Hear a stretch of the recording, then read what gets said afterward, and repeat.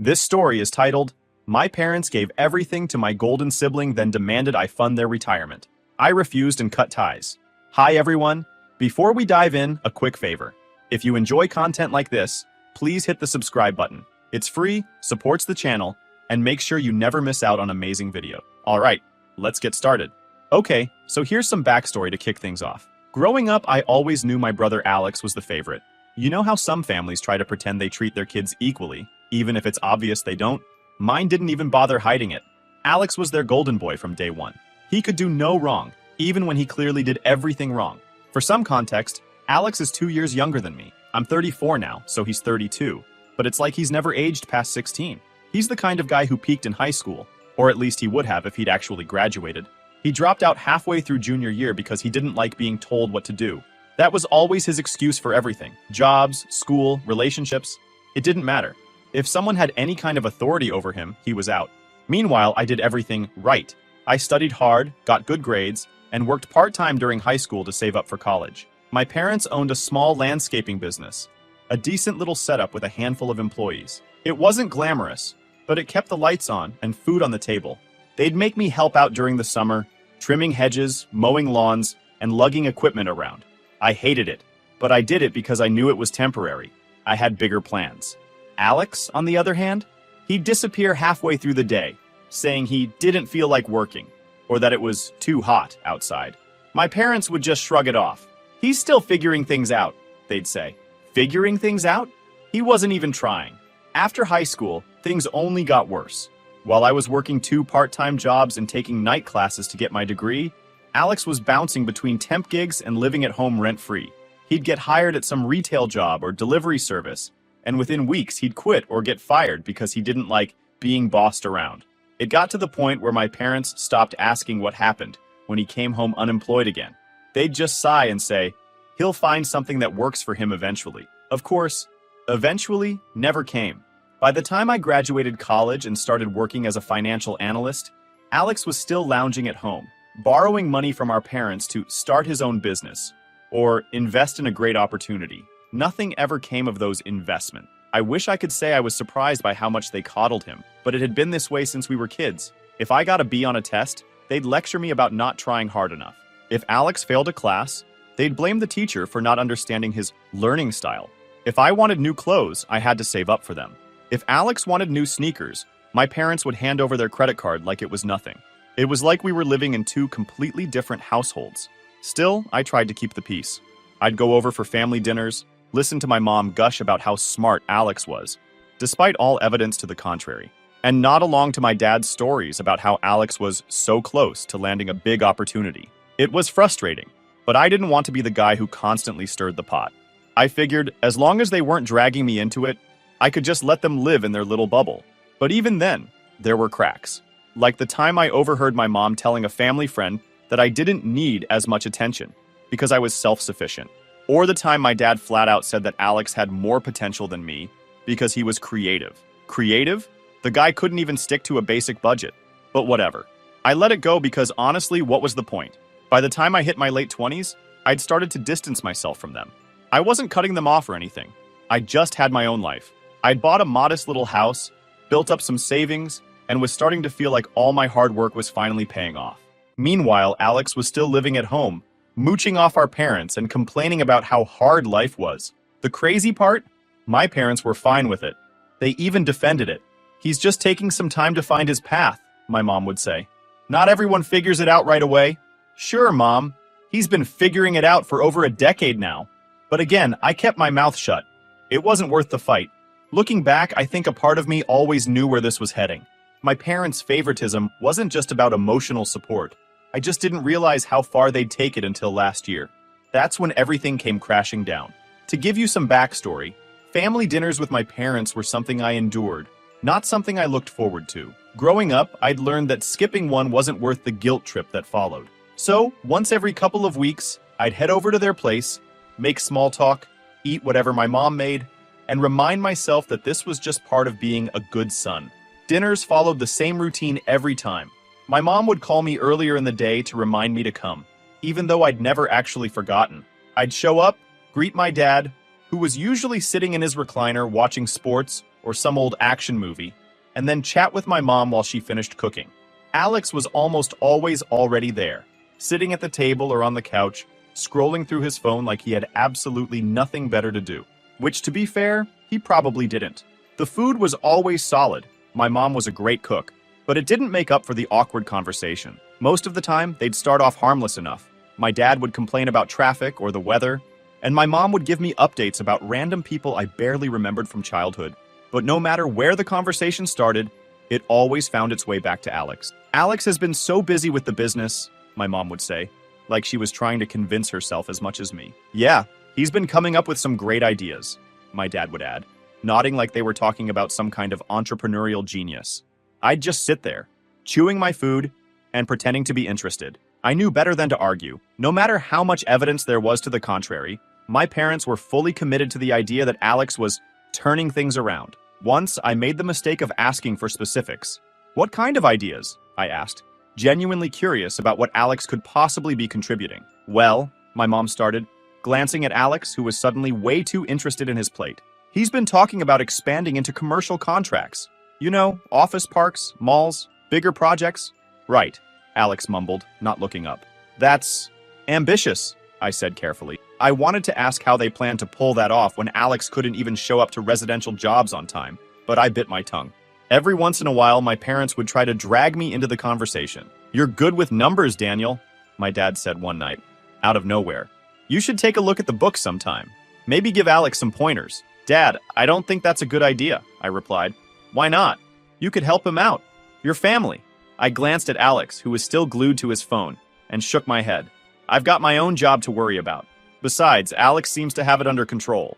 That shut my dad up, but I could tell he wasn't happy about it. The thing about these dinners was that they weren't just about eating together. They were about keeping up appearances. My parents wanted me there because it made everything seem normal, like we were this big, happy family. But the reality was far from it.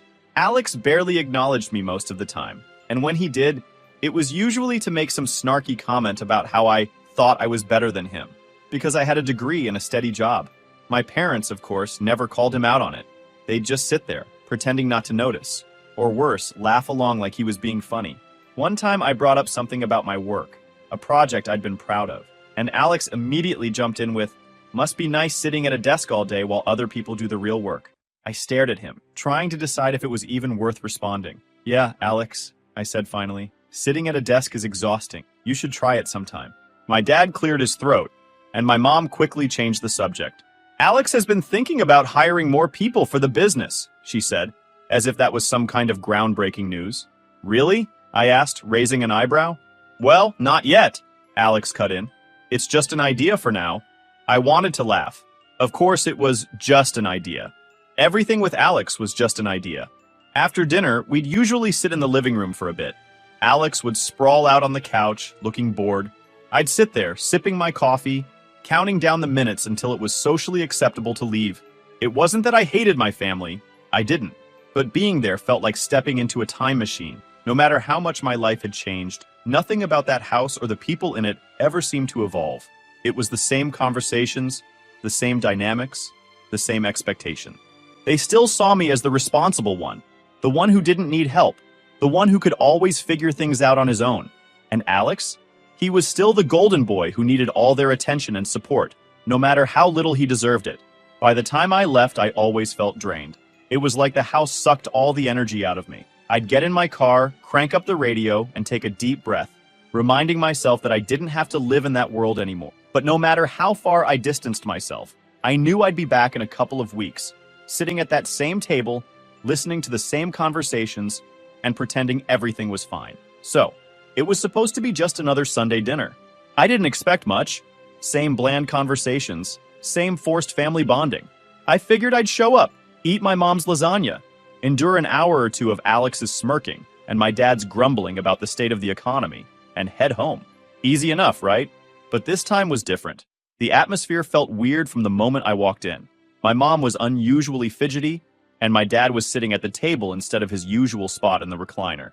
Even Alex looked uncomfortable, which was rare since he usually parked himself in front of the TV like he owned the place. "Hey, what's going on?" I asked, dropping my keys on the counter. Nothing, my mom said quickly, her voice a little too high-pitched to be convincing. Dinner's almost ready. Go ahead and sit down.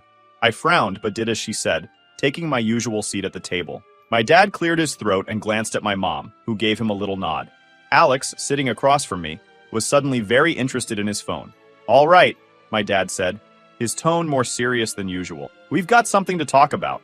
Here we go, I thought. I had no idea what was coming, but it couldn't be good.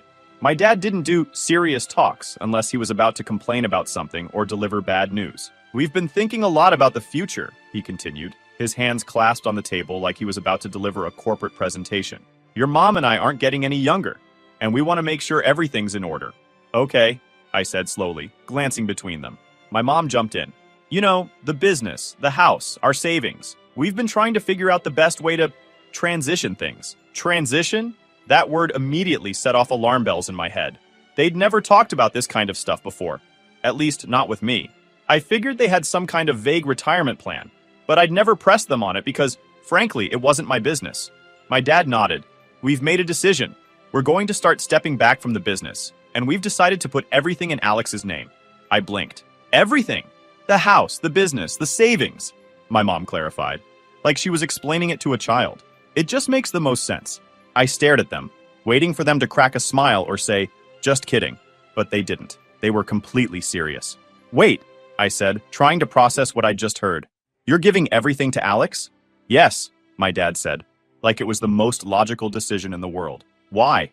My mom tilted her head, giving me that pitying look she'd perfected over the years. Honey, you don't need it. You've got a good job, a house. Alex needs the support more.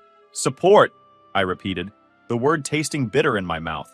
You mean the guy who couldn't even graduate high school and hasn't held down a job for more than 6 months at a time? My dad sighed, already looking annoyed. That's not fair, Daniel. Alex has had a harder time finding his footing. We just want to give him a chance to succeed. A chance to succeed, I said, shaking my head. At what? Blowing through all your money and running the business into the ground?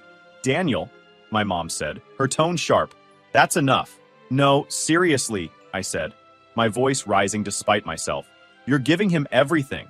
And I get what exactly? A pat on the back for being responsible? You don't need anything from us, my dad said, his voice firm. You've always been independent. Alex, on the other hand, could use a little extra help. A little extra help? They were handing over their entire life's work, their house, and their savings to a guy who couldn't even manage his own phone bill. It was beyond insulting. It was infuriating. I looked at Alex, who had finally put his phone down and was watching me with this smug little smirk. He didn't say anything, but he didn't have to. The look on his face said it all. Sucks to be you, bro. Unbelievable, I muttered, pushing my chair back. Daniel, please, my mom said, her voice suddenly shaky. Don't make this into a fight. We're not trying to punish you. We just think this is what's best for the family. Best for the family? I repeated, laughing bitterly. No, this is what's best for Alex. And when he screws it all up, which we all know he will, then what? You'll come to me to fix it? That's not fair, my dad said again, his jaw tightening. Alex is capable. He's been stepping up lately, and we trust him to handle this. Stepping up?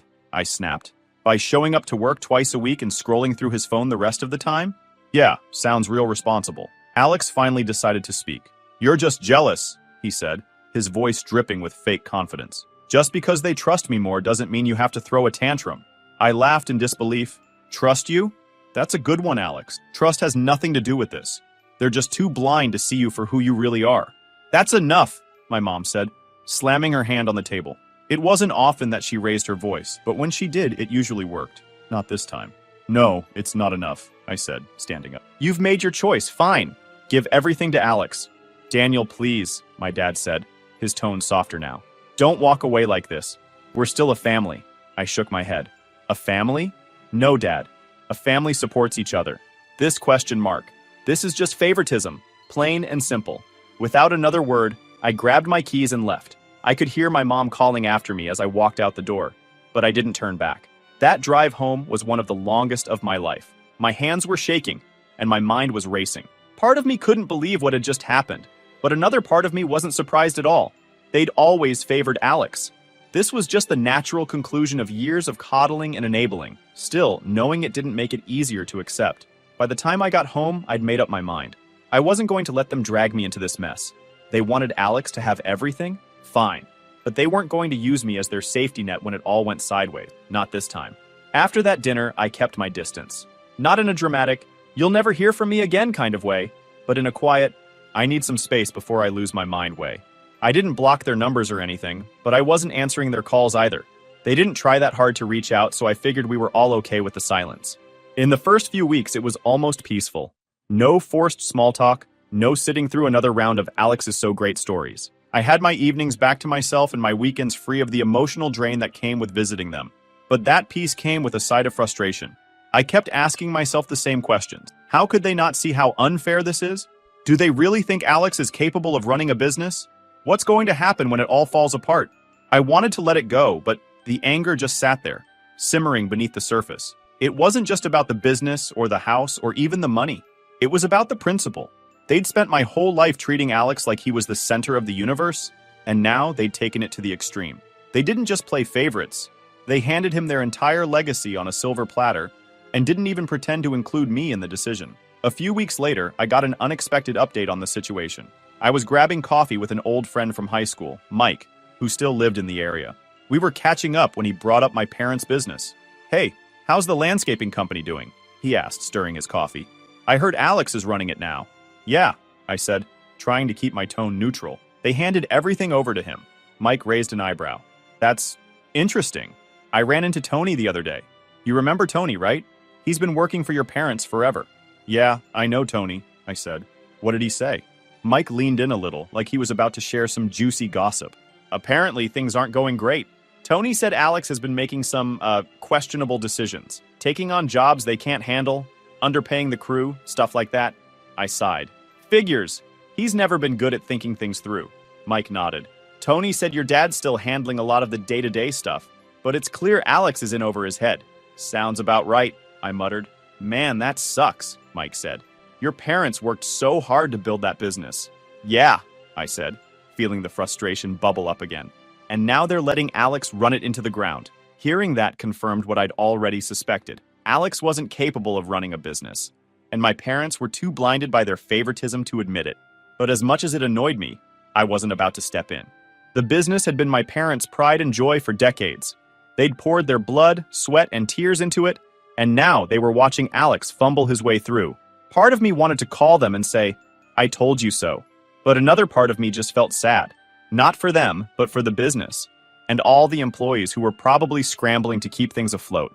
After that conversation, I decided to keep my distance even more. But it didn't take long for the cracks to start showing. A few weeks later, I got a voicemail from my mom. Her tone was light, but I could hear the underlying tension. "Hi, honey, it's Mom. Just checking in to see how you're doing. Give me a call when you have a chance. Love you." I didn't call her back. Not because I didn't care, but because I knew exactly what she wanted to talk about. In the weeks that followed, I got a few more voicemails and texts from my mom, all with the same cheerful tone masking what I knew was desperation. Alex, of course, didn't reach out. Why would he? He was probably still riding high on the illusion that he was the big boss, even as everything crumbled around him.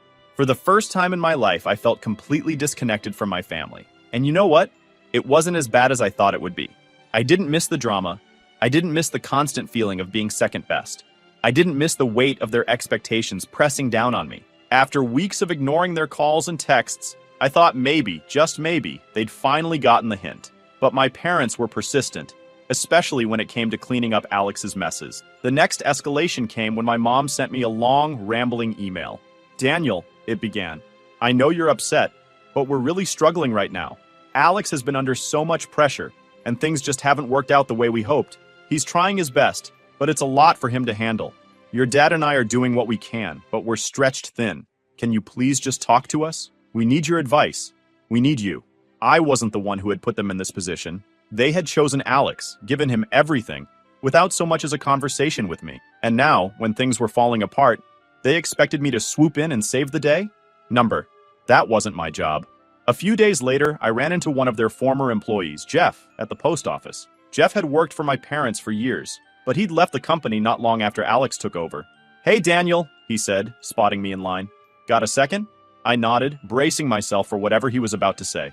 "You heard what's been going on with the business?" he asked, lowering his voice a little. "Bits and pieces," I said. "What's the latest?" Jeff shook his head. "Man, it's bad. Alex has no clue what he's doing. He's been taking on jobs that are way too big for the crew to handle, and he's underpricing everything just to get work.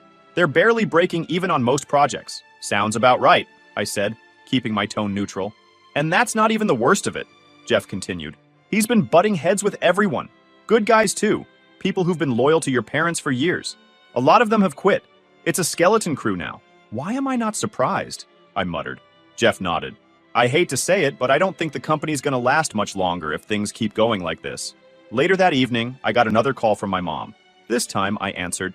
Daniel, she said, her voice equal parts relief and frustration. I've been trying to reach you for weeks. Why haven't you called us back? Because I know what you're going to ask me, and the answer is still no, I said, cutting straight to the point. Daniel, please, she said, her voice cracking. We're in a really tough spot. Alex is struggling, and we don't know what to do. The business is falling apart.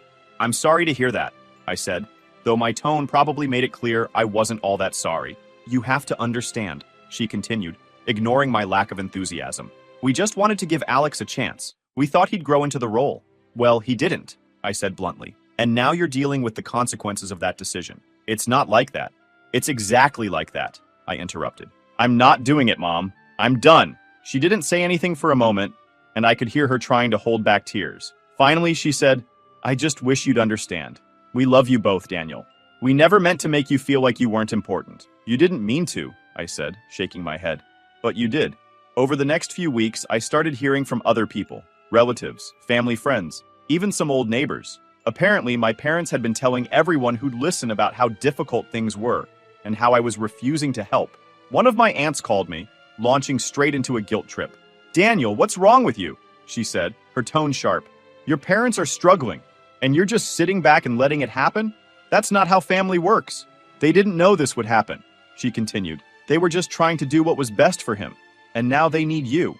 You're really going to turn your back on them? Yes, I said simply. What kind of son does that? She snapped. The kind who's tired of being treated like a backup plan, I replied before hanging up. Meanwhile, the situation with the business kept deteriorating. Alex, true to form, refused to take responsibility for any of it. According to the people I talked to, he blamed the employees, the clients, the economy, anything and everything except himself. My parents, of course, were still defending him. He's doing the best he can, my mom said in one voicemail. It's just a tough time for everyone. But it wasn't just a tough time. It was a disaster. The business was hemorrhaging money, and my parents were on the verge of losing everything.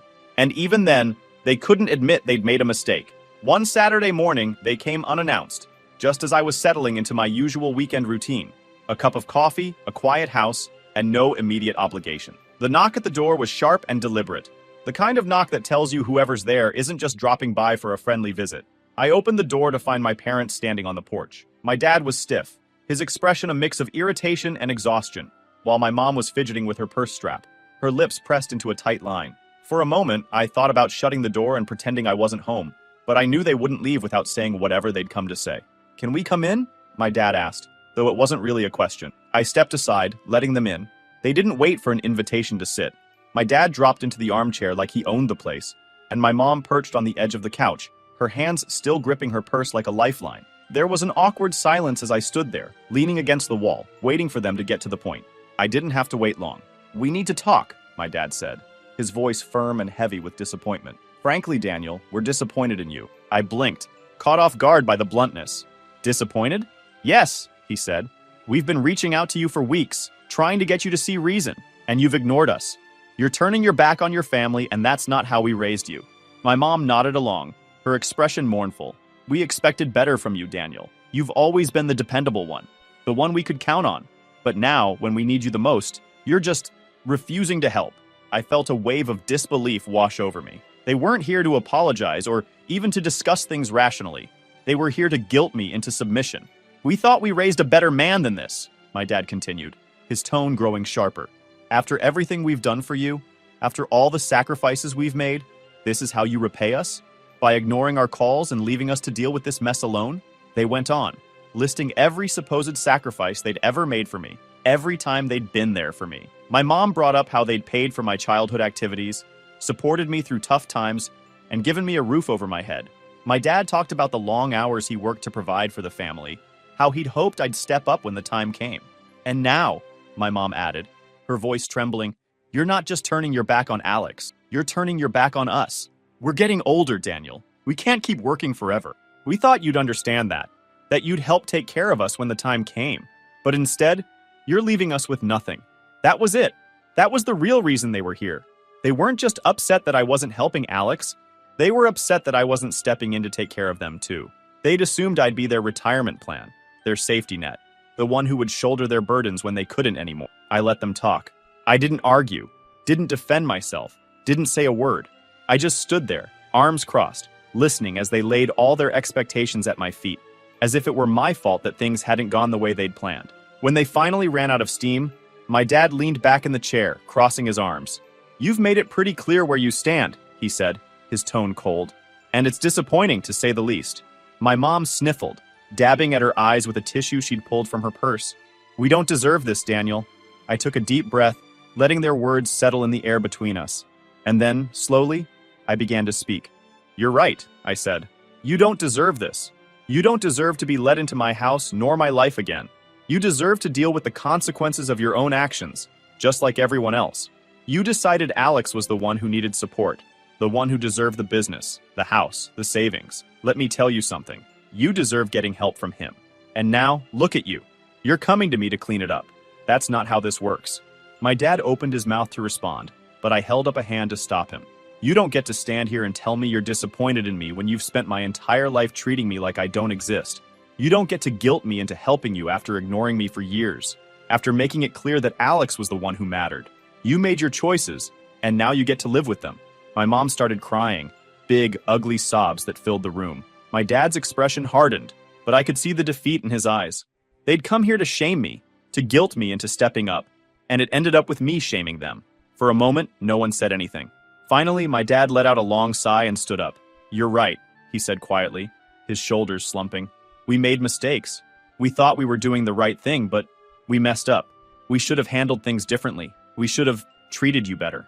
My mom nodded through her tears. "We're sorry, Daniel. We really are. We thought we were helping Alex and we didn't realize..." She trailed off, unable to finish the sentence.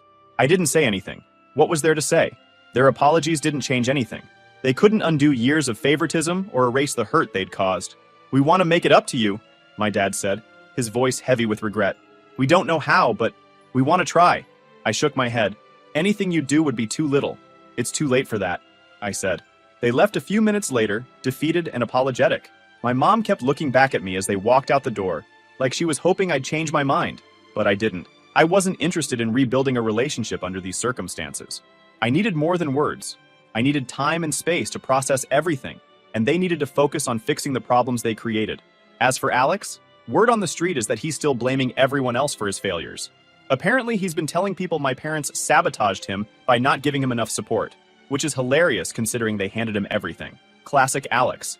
The good news is I feel lighter these days. Cutting ties wasn't easy, but it's been worth it.